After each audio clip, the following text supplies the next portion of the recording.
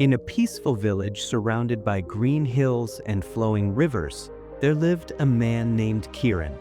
He was a kind and hardworking man, always helping others, but deep inside he was filled with doubt.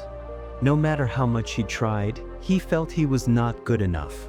Whenever he started something new, a voice inside him whispered, "You will fail. Others are better than you." These thoughts made him hesitant in life, and he often missed opportunities. One day, Kiran heard that a wise Buddhist monk had arrived at the village monastery. The monk was known for helping people find peace and clarity in life. Desperate for guidance, Kiran decided to visit him. As he reached the monastery, he found the monk sitting peacefully under a huge banyan tree. His face was calm, his eyes gentle, as if he carried the wisdom of 1,000 years. Birds chirped in the branches, and the cool breeze carried the scent of blooming flowers. Kiran bowed respectfully and said, "Master, I need your help. No matter what I do, I always doubt myself. I feel like I am not good enough. How can I change this?" The monk listened patiently and smiled. He picked up a small stone from the ground and handed it to Kiran. "Take this stone," the monk said, "and go to the market. Try to sell it, but do not actually sell it.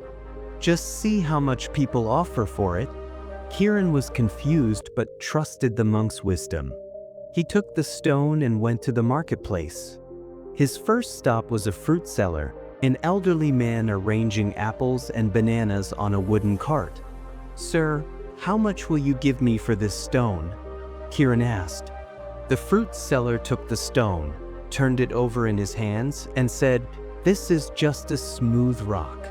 I can give you 2 apples for it, nothing more." Kiran thanked him and walked away. Next, he approached a cloth merchant, a well-dressed man busy measuring silk fabrics. "How much will you offer for this stone?" Kiran asked. The merchant examined it and said, "This looks a little unique, but it is still just a stone. I can give you 10 coins for it." Kiran nodded and moved on. Finally, Kiran walked into a jeweler's shop. The jeweler, an old man with sharp eyes, picked up the stone and gasped in shock. "Where did you find this?" the jeweler asked excitedly. Kiran hesitated. "What's special about it?" The jeweler held the stone under a bright light and said, "This is not an ordinary stone. This is a rare gemstone. I will give you 1,000 gold coins for it." Kiran was stunned. He quickly took the stone and rushed back to the monk, his heart pounding with excitement. Breathless, Kiran reached the monastery and narrated everything to the monk. The monk smiled knowingly and said, "Did you see, Kiran? The same stone was valued differently by different people. The fruit seller saw no worth in it.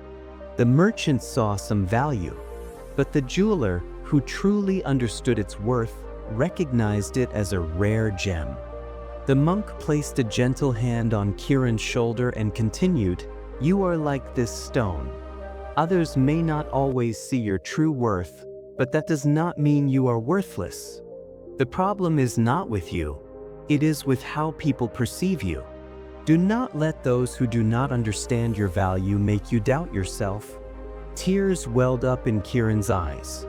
He had spent so many years letting others define his worth, not realizing that true value comes from within.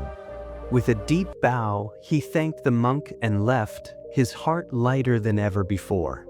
From that day on, Kiran stopped doubting himself.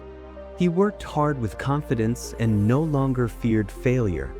He understood that just like the rare gemstone, his true worth was not determined by others, but by his own belief in himself.